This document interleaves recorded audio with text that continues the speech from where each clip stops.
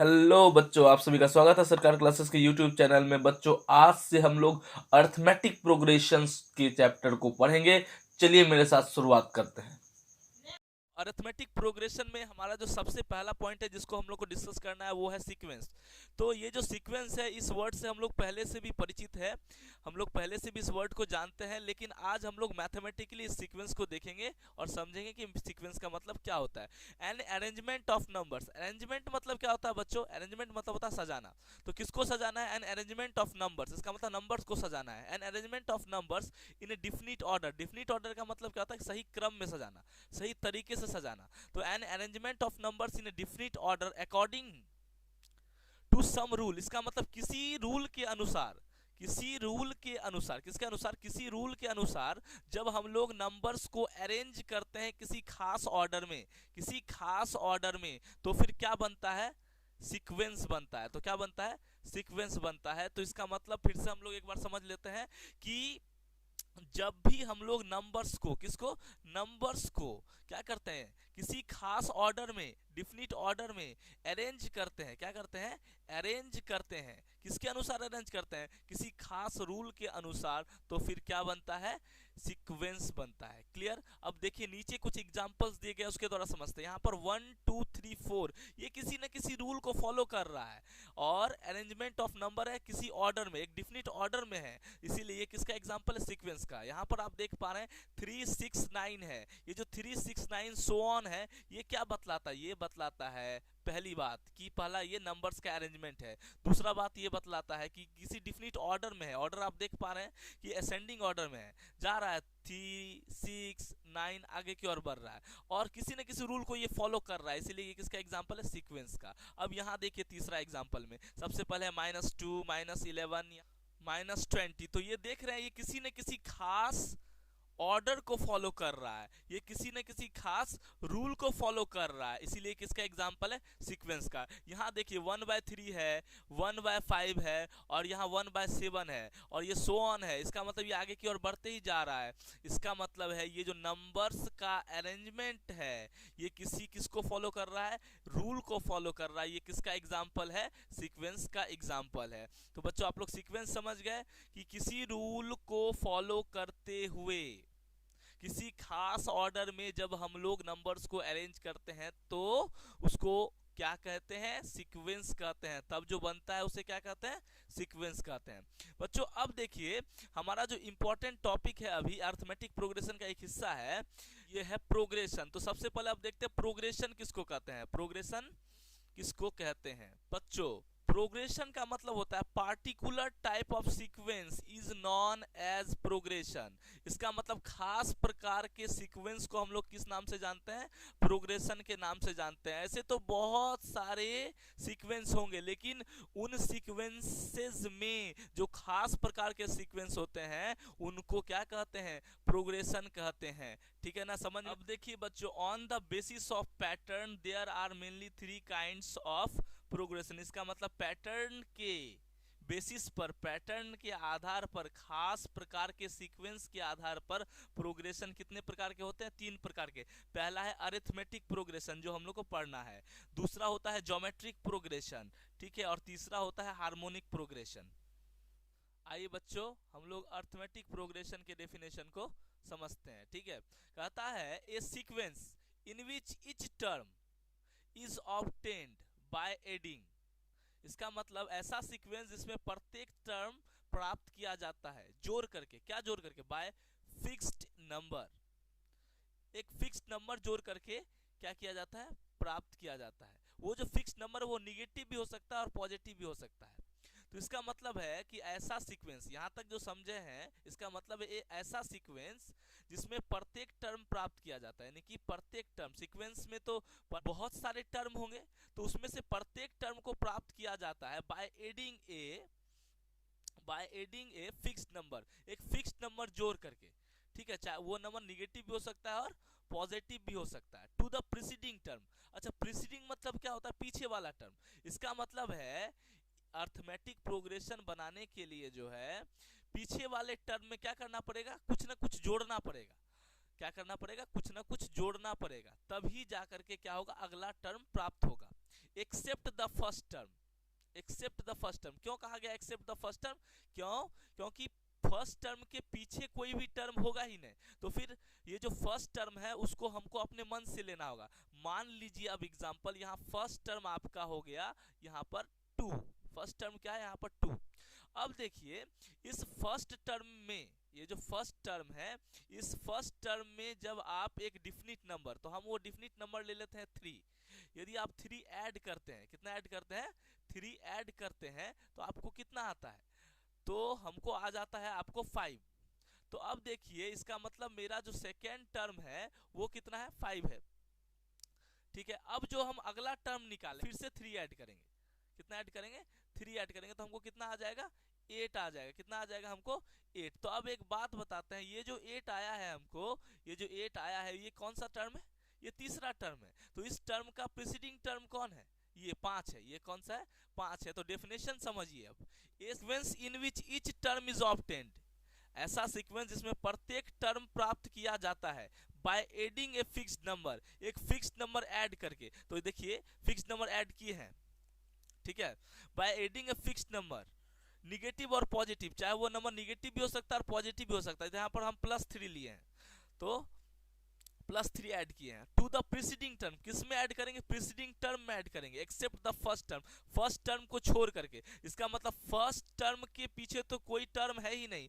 इसका मतलब है कि फर्स्ट टर्म के पीछे जो कोई टर्म नहीं है, इसका मतलब है कि फर्स्ट टर्म को हमको अपने मन से मानना होगा, ठीक है। और उसके बाद वो जो फिक्स्ड नंबर हम मान करके रखे हैं उसको ऐड करते चलेंगे। इसका मतलब 2 में 3 ऐड किए तो 5 आया।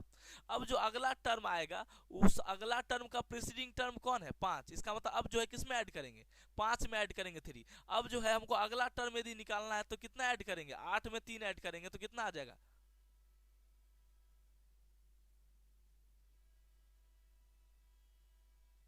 11।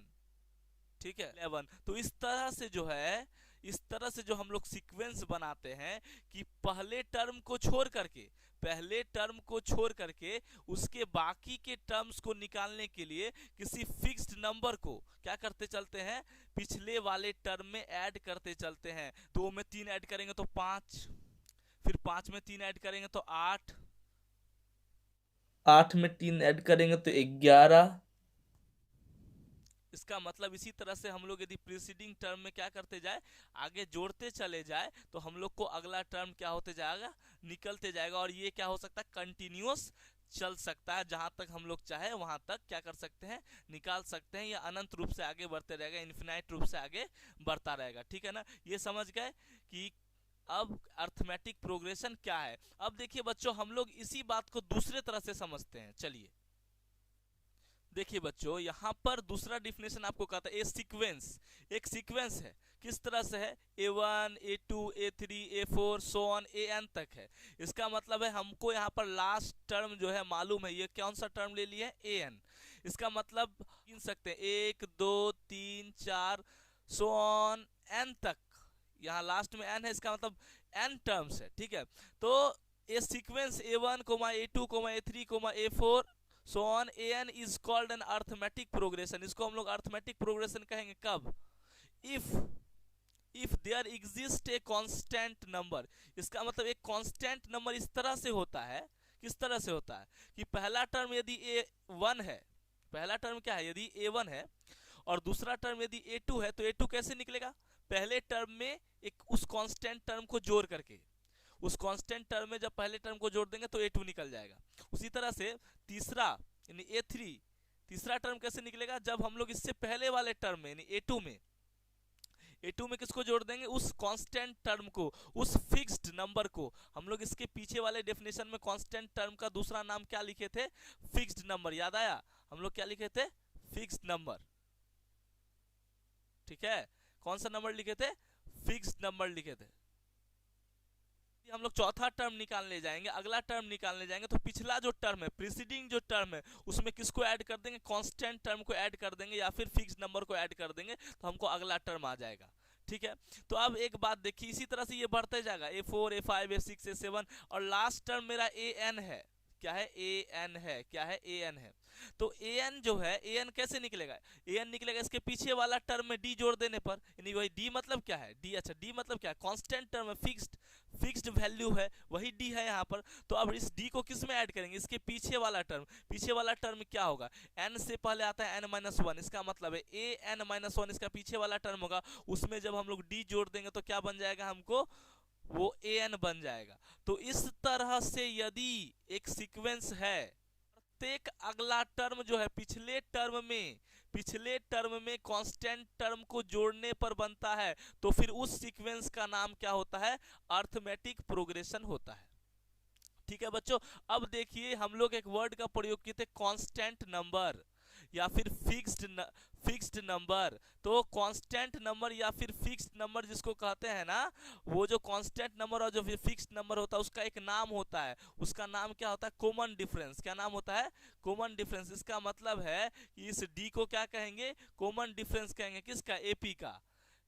इसका मतलब बच्चों हम लोग कह सकते हैं, यहां हम लोग लिखे हैं उसी बात को लिखे हैं, दस if the first term is a, यदि अब आपको हम कह दे कि फर्स्ट टर्म यदि ए है, ठीक है, और कॉमन डिफरेंस क्या है, डी है, तो हम लोग कॉमन डिफरेंस तो अभी समझ गए, कॉमन डिफरेंस किसको कहते हैं, वही फिक्स्ड नंबर, वही कांस्टेंट नंबर जिसको हम लोग ऐड कहते हैं। तो यहाँ कॉमन डिफरेंस क्या है, डी है। तब जो हमको सीक्वेंस बनेगा, कैसे बनेगा, देखिए पहला टर्म मेरा ए है, ठीक है, तो दूसरा टर्म मेरा क्या है, ए प्लस डी होगा, ठीक है, तीसरा टर्म मेरा क्या होगा, ए प्लस टू डी होगा, ठीक है, अब चौथा टर्म क्या होगा, ए प्लस फोर डी होगा। तो अब आप कहेंगे सर कैसे, देखिए मेरी बात ध्यान से सुनिए, यहाँ देखिए बच्चों, ये पहला टर्म तो ए है मेरा, पहला टर्म क्या है, ए है।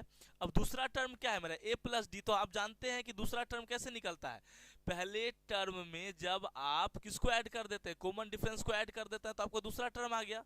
तो ये ए प्लस डी, ध्यान से देखिए, ये ए प्लस डी जो है आपका दूसरा टर्म है। कौन सा टर्म है, ध्यान से, ये ए प्लस डी जो है आपका ये दूसरा टर्म है। कौन सा टर्म है, दूसरा। इसको इंग्लिश में कौन सा वर्ड प्रयोग करेंगे, सेकेंड टर्म।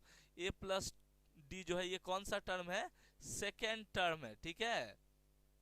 अब देखिए हमें देखिए दोनों, तीसरा टर्म मेरा कैसे आया, तीसरा टर्म जो मेरा ए प्लस थ्री डी कैसे आया, तीसरा टर्म आने के लिए हम क्या करते हैं, दूसरा टर्म में डी जोड़ते हैं। तो अब देखिए दूसरा टर्म मेरा क्या है, दूसरा टर्म है मेरा ए प्लस डी, ये मेरा पहले से ही दूसरा टर्म हमको मालूम है, ठीक है।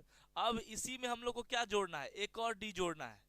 तो एक और डी जोड़ दिए, तो अब हमको क्या आ गया, तो इसका मतलब हमको आ गया ए प्लस टू डी, कितना आ गया, ए प्लस टू डी। तो ये जो ए प्लस टू डी आया हुआ है हमको, ये ए प्लस टू डी कौन सा टर्म है, आपको कोई पूछेगा ये कौन सा टर्म है, तो आप क्या बोलेंगे, ये जो है थर्ड टर्म है। कौन सा टर्म है, थर्ड टर्म है।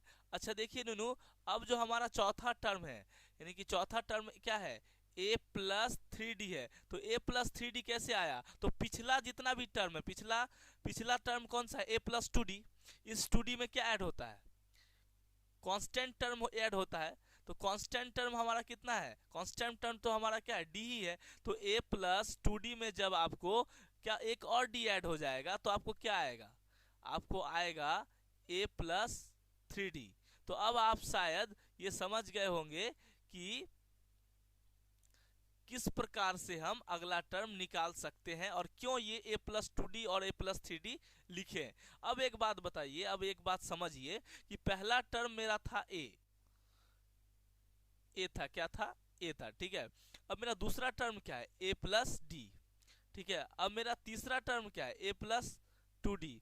मेरा चौथा टर्म क्या है, ए प्लस फोर डी। तो बच्चों एक चीज यहां पर समझने की जरूरत है आप लोग को कि पहले टर्म में डी नहीं है, दूसरे टर्म में मेरा एक ही डी है, तीसरे टर्म में मेरा दो ही डी है, चौथे टर्म में मेरा क्या है, तीन ही डी है। इसका मतलब यदि लास्ट वाला टर्म होगा, यदि एनवा टर्म होगा, एनवा टर्म, ध्यान से सुनिए, एनवा टर्म, लास्ट टर्म मेरा यदि एन है गिनती में, तो एनवा टर्म यदि हम निकालने के लिए जाएंगे तो एनवा टर्म मेरा क्या होगा, एनवा टर्म होगा सबसे पहले तो एन से, ठीक से, एन से एक पहले,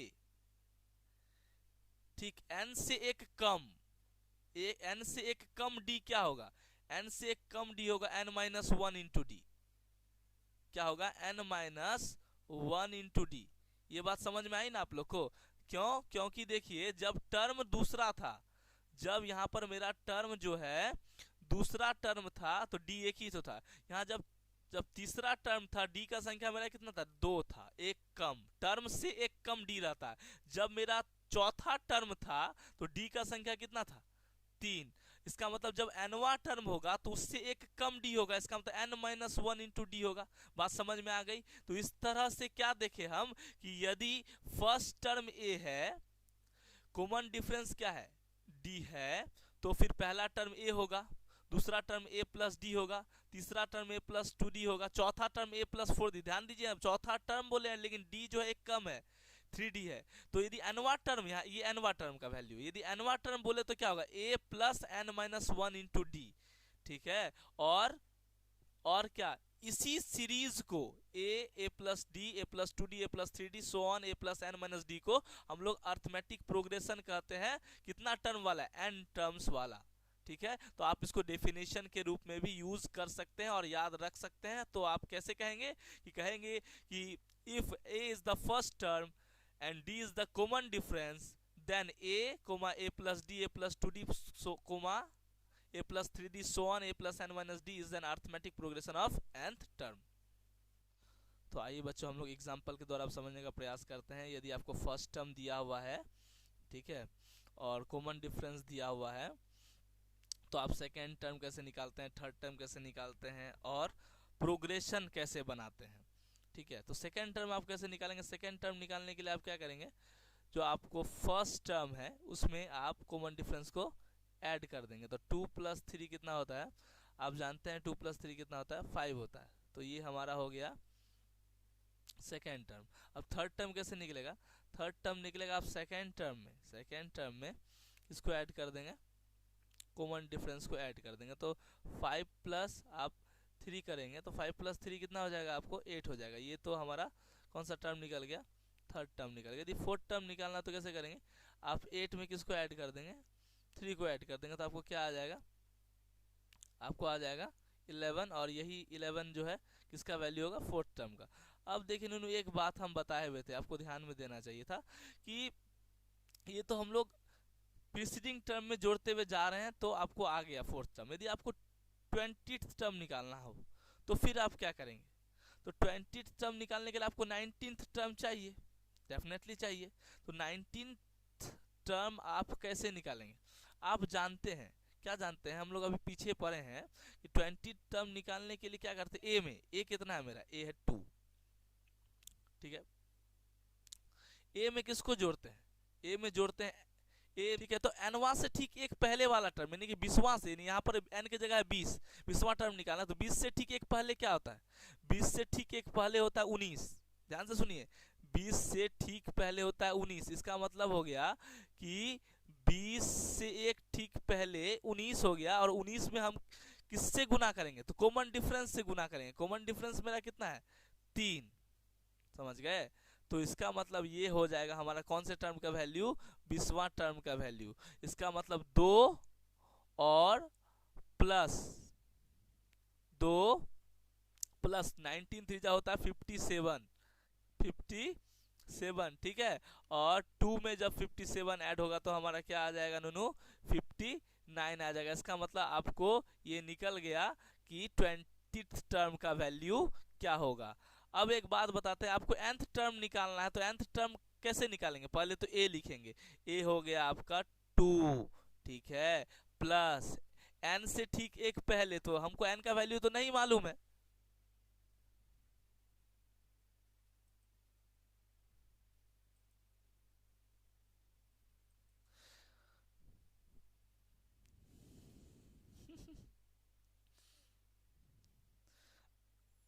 अब n से ठीक पहले, ठीक है, और n का वैल्यू तो हमको नहीं मालूम, इसलिए n की जगह n ही रहने देंगे। इसका मतलब n माइनस वन, n से ठीक पहले n minus one into D. D क्या है, डी है हमारा 3 है। इसका मतलब हो गया आपको कि यही आपका nth टर्म हो गया। कब, जब आपको फर्स्ट टर्म और लास्ट टर्म मालूम है। तो इसको हम लोग आगे भी सॉल्व कर सकते हैं। कैसे सॉल्व करेंगे, 2 को क्या करेंगे, 2 रहने देंगे, ठीक है, 2 क्या कर दिए, रहने दिए, प्लस और 3 से जब गुना कर देंगे तो हमारा हो जाएगा 3n, ठीक है, माइनस 3, और आप 1, इसीलिए हो जाएगा nth टर्म का वैल्यू 3n माइनस 1।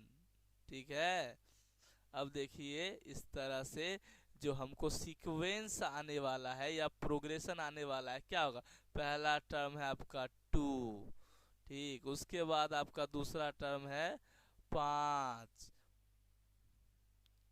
तीसरा टर्म है मेरा 8, चौथा टर्म है मेरा 11। ठीक है, और इसी तरह से जो है हमारा अब ये सीक्वेंस बढ़ता जाएगा। और लास्ट टर्म यदि बात करें, nth टर्म की बात करें, तो हमारा क्या होगा 3n माइनस 1 हो जाएगा। ठीक है, 3n माइनस क्या हो जाएगा 1 हो जाएगा। तो अब जो है बच्चा लोग ये जो सीक्वेंस है ये किस में बदल गया है, एपी में बदल गया है। तो इसका मतलब कह सकते हैं बच्चा लोग, यदि आपको क्या मालूम है, फर्स्ट टर्म मालूम है, आपको यदि कॉमन डिफरेंस मालूम है, तो आप क्या निकाल सकते हैं, आप एक पूरा का पूरा सीक्वेंस क्या कर सकते हैं, निकाल सकते हैं, जो अक्सर क्या करता है, पूछता है। तो आज तो हमारा इंट्रोडक्शन था, इसीलिए बस इतना ही। मिलेंगे आप लोग से अगले वीडियो में।